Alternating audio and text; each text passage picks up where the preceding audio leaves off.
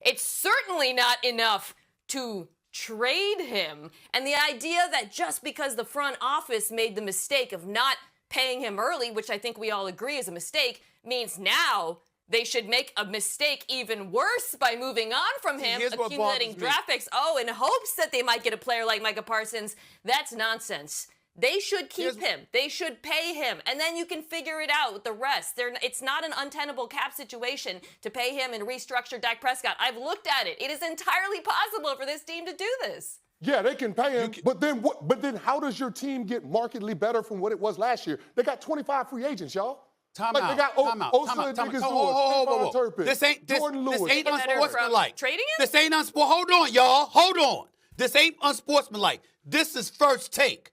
We have this segment because you brought up culture. You brought up the podcast. You brought up the locker room. Now, we can go back and forth in terms of the numbers. We playing a numbers game. All right, he's one player. You're already paying CeeDee Lamb and Dak. You add Micah Parsons to that. It's problematic. I got that part. You could go either way with what you said or Mina saying you can restructure his deal or what have you. I'm not debating that. The reason this is a segment, First Take, the reason this is a segment is because you brought up culture. You brought up the podcast. You brought up the locker room and the comment about Mike McCarthy. That is the reason we are talking about this subject. If it was just a matter of numbers, we wouldn't have been addressing this. We did this days ago. We did this because you went on the air and you brought up culture and blamed him, which to me is crazy. That's just crazy. You don't blame Micah Parsons for culture in Dallas? Well, Stephen A., if I'm going to pay a guy $40 million a year, he's going to have to be a part of the culture being a good thing, not something that my organization and the rest of my locker room has to overcome. So I can pay a dude 40. I can pay a dude 60 that can't get it done, but I'm going to have a problem playing a brother 30 to 40 who does. How close are you to getting a deal with him? Mike is a great player, not a good player, but a great player. He knows more than anyone that it's a team thing. And so I know everybody's tired of hearing this, but you've got to put this puzzle together so that you can have some other people out there playing with Michael. That's the art of the deal, and that's why we're trying to get done. And we're trying to make this thing work. But we have all the appreciation in the world for what he can mean to the years ahead. We're proud to have him.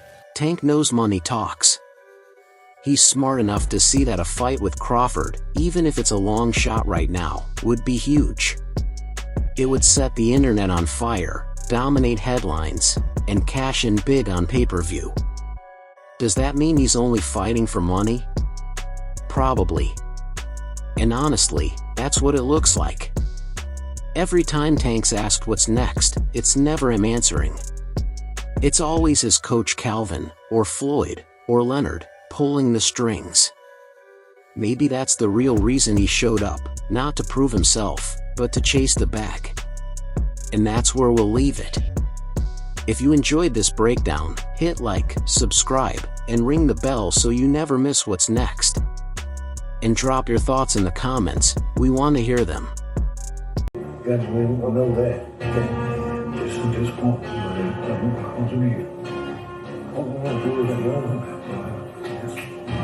Not all contract holdouts are the same, and the media tends to always take the player's side in this. I get that with Terry McLaurin of Washington. I'm on his side. I'm not on Micah Parsons. First of all, I was on team trade Micah Parsons a year ago. The Cowboys are a mile from the Philadelphia Eagles roster composition. They need 4 good players. I would have gotten a couple of second-round picks, maybe a first and a fourth, whatever. I like Micah. He's a good player. But I'm not making him the highest-paid defensive end. He's not Myles Garrett. He's not Aiden Hutchinson. He's not Max Crosby. He's not T.J. Watt. He's not Nick Bosa. I like him a lot.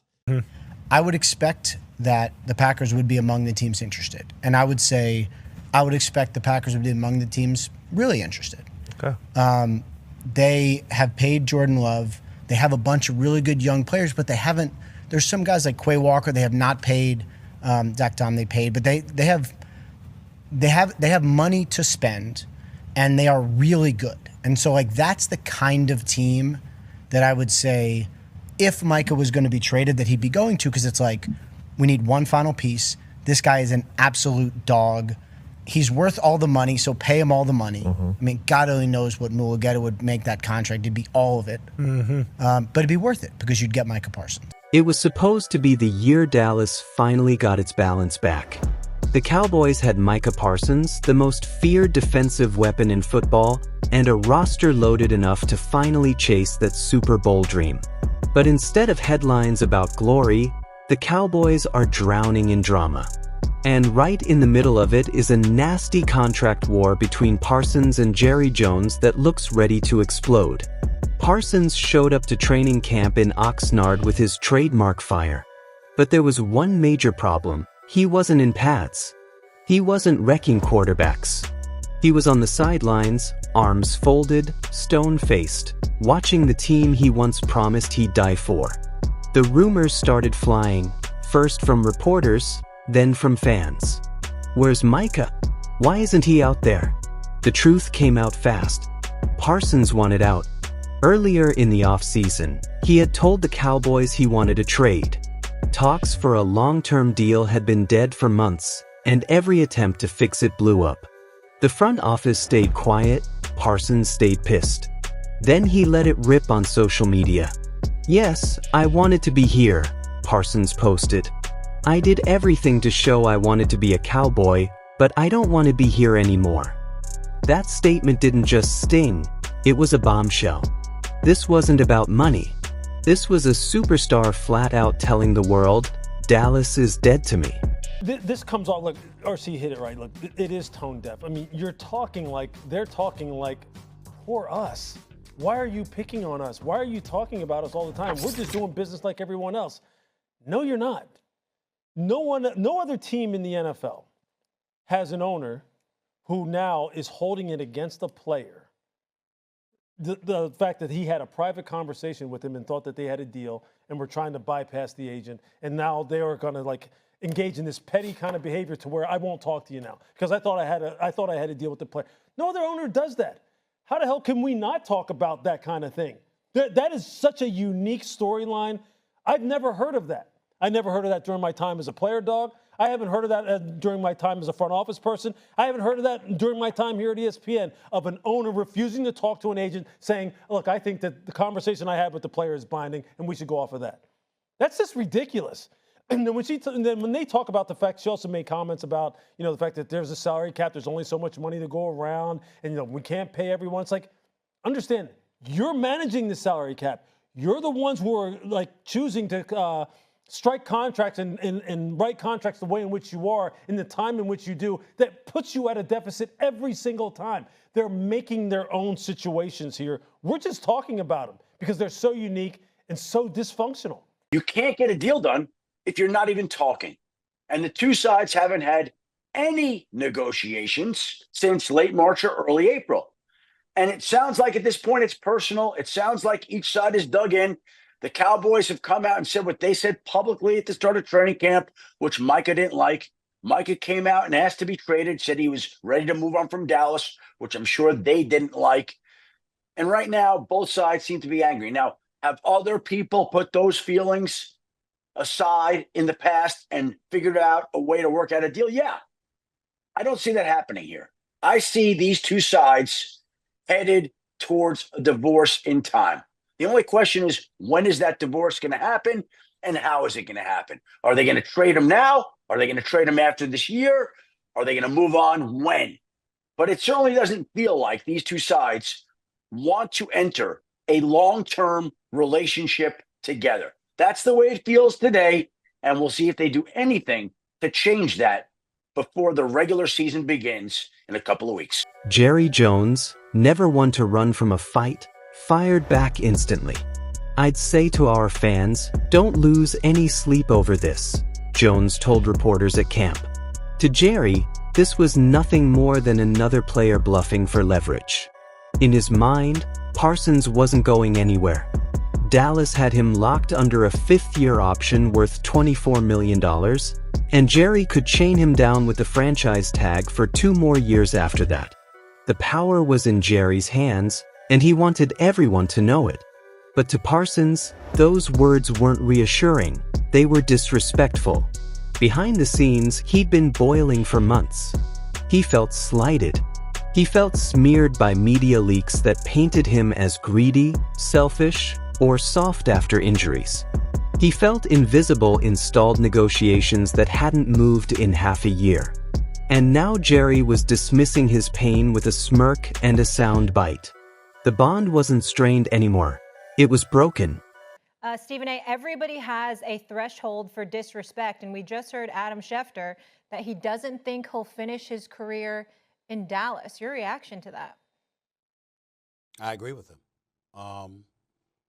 Listen, Jerry could change his mind, get him signed, and obviously he can franchise him or what have you, but I think that Jerry is looking at the money he's already doled out on Dak Prescott and CeeDee Lamb, a couple of other players. You're spending over damn near $200 million on 3 players, and Micah Parsons will be a 4th. You can't conduct business in the NFL that way. You still got to fill out a roster. And I think that right now he is contemplating looking at Micah Parsons and seeing what value you can get in return for his services. You might be able to pick up a couple of first-round picks. You might be able to pick up a couple of players. I mean, this could be a mega deal if you're Jerry Jones, and you're probably looking at it that way. Plus, he seems a bit salty towards Micah Parsons. Again, I have no problem with any kind of that thinking. My issue with Jerry Jones, which I will say to him whenever it is that I see him, is that how dare you not talk to his agent? You know, the kid is 25 years old at the time that you're having these conversations. He turned 26 in May, if I remember correctly. Okay? You know, stop acting like talking with him is a negotiation. It's not. That is incredibly and completely unfair. Jerry Jones and the Dallas Cowboys franchise is worth $12.8 billion, according to Forbes. They have elevated by $9.4 billion since last winning a Super Bowl on January 28, 1996. They are the most prestigious franchise, arguably, in all of sports. And Jerry Jones is at the head of all of it as a marketing and business genius. Why are you acting like you're playing fair when you were negotiating with a 26-year-old football player about his on-field performance and what that level of compensation should look like? That is incredibly unfair. I think the NFL Players Association needs to get involved. I think the NFL needs to get involved because I think that's flagrant taking advantage, that's flagrant abuse of a player. You can't do that. He has a representative. His name is David Mulugeta. That brother is considered one of the best agents in the world. And you haven't been on the phone with him? That is inexcusable. There is no defense for that. And that is what this issue is. And that's why I think that Micah Parsons could end up being gone because of the stance that Jerry Jones has taken. And at this point, I don't think Micah Parsons would even mind. He wants to go where he wants to go. But I don't think that he's fixated on remaining in Dallas. After all, he did ask to be traded. And I think he means it. Jerry Jones, never one to run from a fight, fired back instantly. I'd say to our fans, don't lose any sleep over this, Jones told reporters at camp. To Jerry, this was nothing more than another player bluffing for leverage. In his mind, Parsons wasn't going anywhere. Dallas had him locked under a 5th-year option worth $24 million, and Jerry could chain him down with the franchise tag for 2 more years after that. The power was in Jerry's hands, and he wanted everyone to know it. But to Parsons, those words weren't reassuring, they were disrespectful. Behind the scenes, he'd been boiling for months. He felt slighted. He felt smeared by media leaks that painted him as greedy, selfish, or soft after injuries. He felt invisible in stalled negotiations that hadn't moved in half a year. And now Jerry was dismissing his pain with a smirk and a sound bite. The bond wasn't strained anymore. It was broken. If the Cowboys were to let Micah walk, what would that mean for them moving forward? What that means to me is that you aren't trying to compete for a championship right now. If the Dallas Cowboys decide that this is the time that they want to stand on business, then the Dallas Cowboys and their executives are derelict in their duties. Your job is to draft, develop, and retain the best players. Well, you got Micah Parsons at a slot in the draft where he was available to you and shouldn't have been. So you made the right decision. You drafted the players. And then you developed him. He started as an off-the-ball linebacker. He moved on the ball to become a rush in, and now he's one of the most prolific in the history of the game. And so now you get to take the next step and do the right thing, which is retain Micah Parsons and find a way to build around him. Now, here is where you messed up. You messed up because you had that opportunity last year. And if you do that last year when Nick Bosa is being paid around $34 million a year, you don't have to get to this point and think to yourself, we're going to have to pay upwards of $42, upwards of $43 million a year. So you have backed yourself into this corner. A corner, by the way, that you backed yourself into with Ezekiel Elliott. A corner you backed yourself into with CeeDee Lamb. A corner you backed yourself into with Dak Prescott. So why now, today, with this player, do you take this stand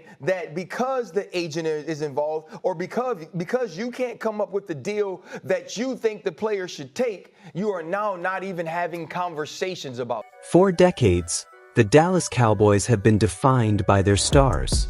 Staubach, Aikman, Irvin, Smith, Romo, Prescott. Micah Parsons was supposed to be next.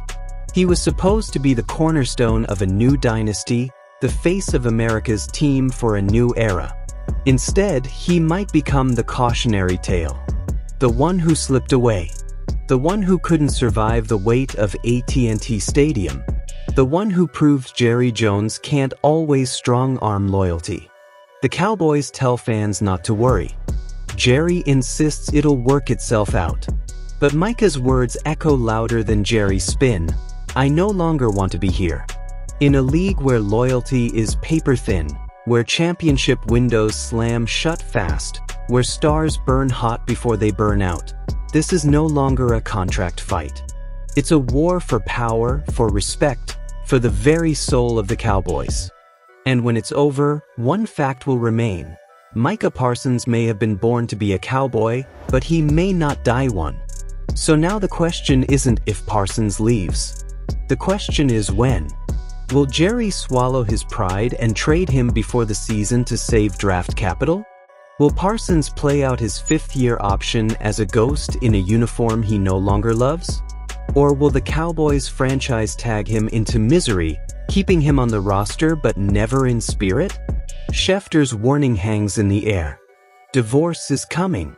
The only question is how ugly it gets.